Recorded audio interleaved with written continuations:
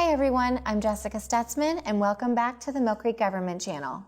For the past 20 years, the Pennsylvania Sea Grant has been offering adult and K-12 educational programs and funding cutting-edge scientific research, as well as providing both resources and expertise to communities and individuals throughout the Commonwealth. This research-based organization offers a variety of opportunities for teachers, students, and groups, and individuals to learn about coastal and watershed ecosystem issues. With us today to discuss green infrastructure, water quality improvement, and land conservation is Coastal Outreach Specialist Tom Cermak. Tom, thank you for joining us here today on the show. Thank you for having me. Well, again, Pennsylvania Sea Grant, we love having your organization on the show to talk about so many important topics, again, relating to water quality and, things that we can do to better our Great Lake, Lake Erie. So the first thing I want to touch on, tell us a little bit more about Sea Grant. Sea Grant is a nationwide program of 34 university-based programs, 7 in the Great Lakes. The Pennsylvania Sea Grant program focuses on Lake Erie issues on the Susquehanna River, and also in the Delaware region. And Tom, tell me, how long have you been with Sea Grant? I've been with Sea Grant since 2012. 2012. And where does your background come from? I got an undergrad in environmental science from Teal, and then I got my master's in community and economic development from Penn State. Wonderful. Well, sometimes I just like to share that with our viewers, just in case there's some high school students out there and not sure what their path is going to be. So I like to share that with our viewers. And again, what is green infrastructure? Green infrastructure is a various array of techniques that are utilized to treat both stormwater quality and quantity. In the past, a lot of stormwater management techniques focus solely on getting the water off-site as quickly as possible. Where green infrastructure, you try to incorporate vegetation and other techniques to actually filter and let the water naturally permeate to remain on site and improve quality as well as just in quantity. Yeah, and so it kind of slows it down before we let it drain quickly into Lake Erie. Yep, and you'll see with a lot of former developments, you'd see a lot of just asphalt parking lots and big roofs, and they generally follow with a large stormwater retention basin, so the water would be pond and piped there to slowly make its way to its next destination. Tom, what are some of the common issues that lead to a decline in water quality? Again, you mentioned some of those large parking lots without trees, but again, what are some of those other things? One of the biggest issues we encounter is stormwater runoff. A lot of these projects that we're working to address involve large amounts of impervious area where impervious cover is mostly hardened surfaces such as parking lots, roofs, where the water travels fastly, collecting a lot of the debris or any other toxic material. With that, we generally see, you have an increased volume, especially within urban areas where the water it's running off quickly, it's entering the streams. It causes a lot of erosion with those increased velocities. With increased velocities, you have erosion, and when it erodes, it picks up that sediment and then deposits, whether it's downstream or into Lake Erie or Presque Isle Bay. And what I picture with impervious surface areas, like you mentioned, roadways, parking lots. So not only, again, do those areas not have a lot of vegetation, but then you're probably also experiencing some of the liquids that, maybe drip out of the cars or things like that, some pollutants that can come from our vehicles. Yes. So with those increased velocities and quick runoff, it will pick up a lot of those, whether it's your car's leaking a little bit of oil or something was spilled on one of those hardened surfaces. When the water does travel across it generally enters a water body in some way, shape, or form. Okay, and so Pennsylvania Sea Grant, again, you guys do a lot of research, but then you're also in the business of implementing different green infrastructure activities. So what are some of those projects? One of the largest projects we've been working on since 2006 is the restoration of Cascade Creek. We are now entering our 7th phase. A bulk of that work actually occurred in Frontier Park, working with LEAF and the Erie County Conservation District and other various partners. Phases, what we refer to as 1 through 3, occurred. They were the first phases, occurring in 2006, and phase 3 actually concluded in 2012. We then worked with the Port Authority on 2 phases adjacent to the Bayfront Connector, and that'd be north of 6th Street. And this phase here, phase 7 as we're referring to, is just southeast of 6th Street on the Bayfront Connector. In total, the projects have a price tag of about $1.5 million, but we've been able to restore about 4,000 feet on Cascade Creek, and in total, the completion of those projects prevents over 500 tons of sediment from entering Presque Isle Bay annually. Wonderful. And again, that is a large price tag, but it's so important and it's so very much needed. Is any of that grant funded? Actually, all of that is grant funded. So one of our it seems like our primary roles is identifying grant funds and writing grant applications to get the boots on the ground within the region to actually see these improvements take place. And I see here that you've planted over 600 trees as well. And so that is one of the things that can be, done as far as green infrastructure. And then tell me a little bit about riparian buffer restorations. So in a portion of all of our stream restoration projects are the enhancement or establishment of a riparian buffer. Riparian zones are the vegetated strips that are adjacent to streams. Generally, the wider or bigger, the better. And they include various native species. They serve a really important role as far as reducing erosion and also filtering the water, the runoff, before it enters the stream directly. One of the most beneficial factors of the buffers themselves, sometimes they get a little nervous or disappointed because they might not have as great of a view of the stream. But the root structure, the fibrous root structure of those woody species actually holds back a lot of soil and actually acts as a natural armor to prevent erosion. Okay. And a lot of times I think I associate maybe a no-mow zone as well with a riparian buffer. Is that part of that too? Yeah, especially when they're in their early establishment phases. I'm hoping, or if you haven't seen, when we did the restoration in Frontier Park, there was a lot of no-mow zones, and that was extremely important to let that area revegetate and that root structure take place and start to spread and take root. Okay, so we've talked about some riparian buffers. Again, I'm a big advocate of tree plantings, and those large root systems hold everything in place. Green roofs, how do those operate? So we had the opportunity to work on a green roof. I believe it was in 2014 or 2015, working with the Lake Erie Arboretum at Frontier Park. There was some grant money that was available for a green infrastructure type project, and we heard that building, their educational building, was actually built to support a green roof, although it did not have one on it. So we approached the director at that time and said, hey, would you guys be open and willing to pursuing the construction of a green roof if we can actually secure the money? So working with my coworker Dave Skelly, we put the application in and we got the award, and the green roof went on the building. And the way a green roof works is they actually take, there's 2 systems. One where they actually plant a lot of native species, pollinator species in some situations directly on the roof. The system we had installed was actually a tray system. So it had low maintenance plant species that were pre-established within trays, and then the trays were actually placed on the roof. As I mentioned before, roofs and parking lots often collect a lot of stormwater and shoot it off as quickly as possible. So the concept is to actually use that as a filtration system to retain a portion of that water, reducing the flow to the stream and also purifying it or filtering it before it has a chance to enter the stream. And how, again, does your organization plant the green roof, or do you find contractors who, again, have some background experience in planting green roofs? Generally, with a lot of our projects, we write the grant application, and a large portion of that money goes to on-the-ground implementation with a contractor. We don't have the expertise in-house to be able to or the manpower to be able to go out there and conduct a stream restoration or a green roof installation.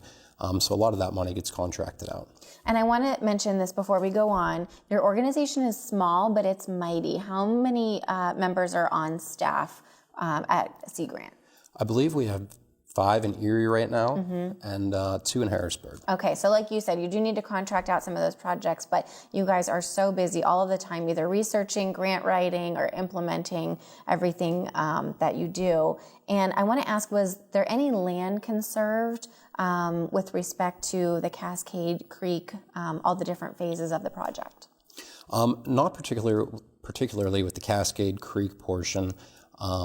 With the development of the Bayfront Connector, there was a lot of out parcels that were held by a group called Baybo at the time, I believe, and the Lake Erie Arboretum actually, when that organization kind of faded, acquired some of their lands. So in its essence, they are undeveloped and serving a natural function. And actually for Phase 7 of the Cascade Creek Restoration, that is on a portion of that leaf-owned property. Good. And how does Pennsylvania Sea Grant approach land conservation in all of the Lake Erie watershed? Pennsylvania Sea Grant works primarily with state agencies, conservancies, or municipalities in some cases, to identify prospective projects or properties that are high-value conservation sites. Pennsylvania Sea Grant works closely with the Lake Erie Region Conservancy, and that is kind of our avenue for sometimes pursuing the land conservation efforts. And the two primary goals, or the two primary tools available for conservation, are acquisition and conservation easements. So fee simple acquisition, we will actually work with a landowner and try to procure the grant funds to acquire a portion of property or a whole property outright, and then that will be held by a state agency, municipality, or land trust. The other option is a conservation easement. And a conservation easement, the landowner is actually selling a portion or the development portion of their property, their rights to development. They're compensated sometimes. Sometimes they're just willing to donate it because they don't want to see their property developed or turned into the next shopping mall or whatever it be, just for sentimental reasons. So they sell a portion of the development rights. This easement is then held by a conservancy or state agency, and then it is managed in a way to sustainably ensure that it is a high-quality environment that serves its natural purpose for perpetuity or forever. And how many acres do you think Pennsylvania Sea Grant has worked on as far as preserving land? Prior to myself working with Sea Grant, my colleague Dave Skelly's been at this for quite a while, and I was actually looking at the numbers before we came in, and Sea Grant's been involved, either the lead or just a partner, in almost 1,800 acres being conserved within the Pennsylvania Lake Erie watershed. That's incredible. That is a lot of land. And again, like you said, with the main goal of it not becoming a developed piece of property. Yep. And it really provides an opportunity for whether local residents or visitors to the region to get out and truly enjoy our natural resources. Yes, it does. What types of projects does Pennsylvania Sea Grant undertake to incorporate and improve public access to our region's aquatic resources and the lake? One of the programs we work quite a bit on is the Lake Erie Access Improvement Program for the Pennsylvania Fish and Boat Commission. The goal of that project is to take a portion of the Lake Erie Fund stamp money. So when you buy a fishing license and you pay extra to fish in the Lake Erie region, that money actually goes into a restricted revenue account through Fish and Boat. And the sole purpose of those monies are to increase public access or to improve habitat, aquatic habitat for fish. Most of the work we do under that program, we work with private landowners to secure public fishing easements or sometimes an outright acquisition. And it does take a long time sometimes because it's a state grant program, but the funding is actually used to purchase the fishing easement from the landowner in perpetuity, and with the primary goal of providing fishing access. So it gets people kind of more areas to fish. They don't have to worry about property being posted as frequently, and it takes the pressure off some of those high use sites where people you might have seen the pictures where they're elbow to elbow trying to catch the same fish. So. Yes, absolutely. I've definitely seen that even just driving by a few popular streams in town. I see them elbow to elbow. And you're currently working on an exciting project with Lake Erie Region Conservancy and McCain Township. Can you tell us a little bit about that project? Yes, there is a piece of property along Elk Creek. Portion of it is Fairview and portion is in McCain Township. Collectively, the two parcels are 90 acres. We started this, it's probably been 4 or 5 years ago now, with support from the Conservancy and the Township. We undertook a design study for what we're calling the McCain Conservation Area. The study identified 5 phases that could be implemented, but phases 1 and 2 are kind of the big chunk that would really make it a destination. So we worked with Pennsylvania Department of Conservation and Natural Resources through their C2P2 grant funds and Fish and Boat as well through their grant program to secure the money for the final design and actually the implementation that we're hoping to take place in 2020.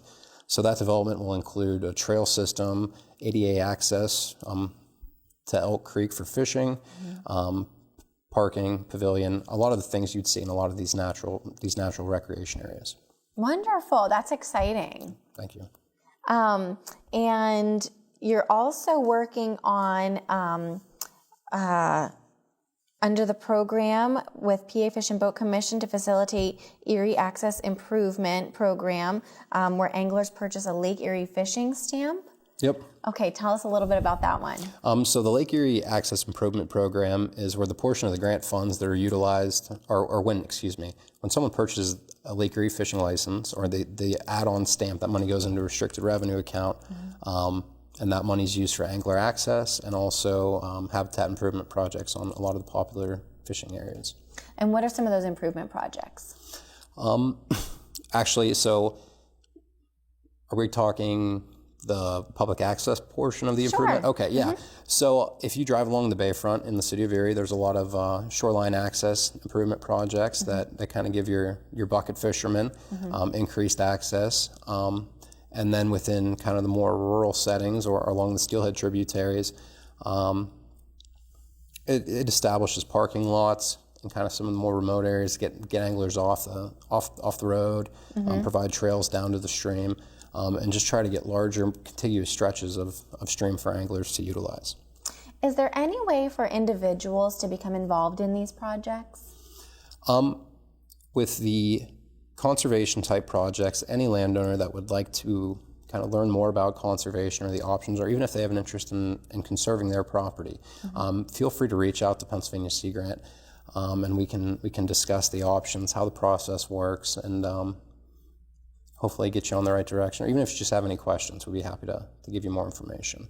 With the water quality improvement projects, generally we advise landowners or just private residents that identify a concern to reach out to whether it be Sea Grant or a state agency such as DEP to kind of wave the flag and say, hey, I might be onto something here, and then we can work with you to try to determine if there's something that can be done. Okay, and so if a landowner, again, wants to become involved with Sea Grant and any of the 2 projects that you mentioned, how long do these take to complete usually?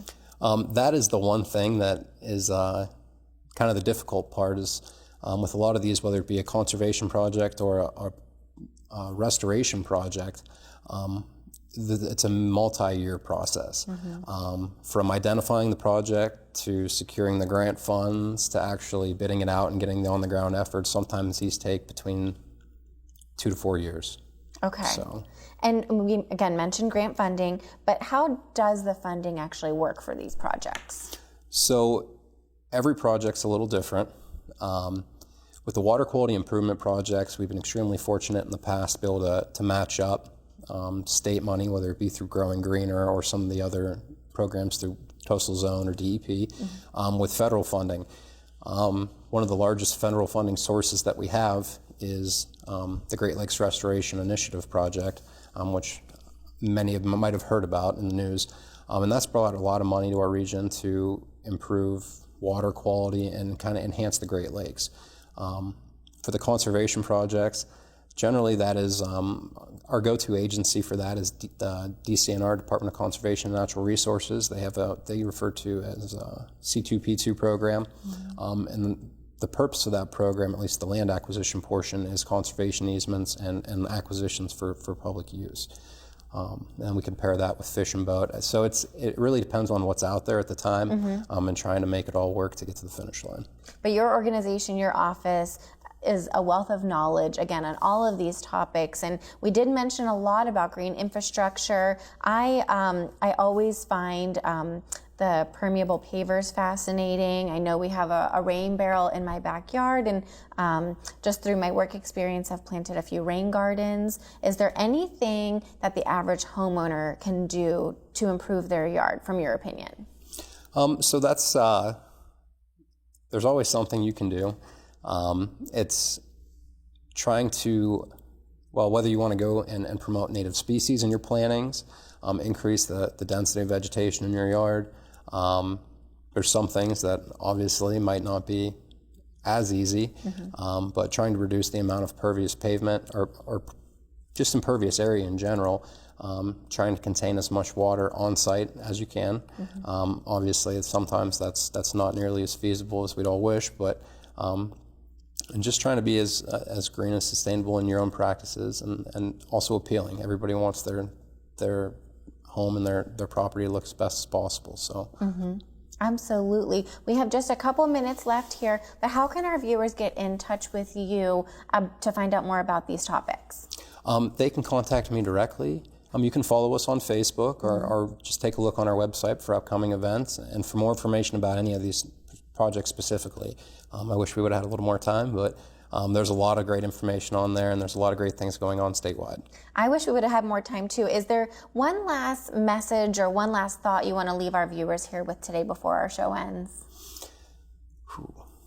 Yeah, I guess it's always just keep your eyes open for potential projects, and I know a lot of people might think that resources are limited, and they are in some cases, but it's always great to reach out to an agency such as PAC Grant, and we might be able to get you the help you need, or at least address an issue that's out there. Absolutely. Tom, thank you so much for joining us here today. I really appreciate it. Thank you for having me.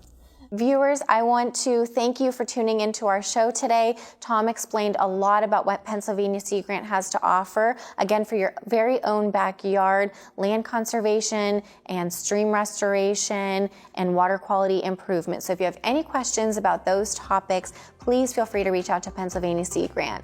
Again, thank you for tuning into the Millcreek Government Channel. Until next time, have a great day.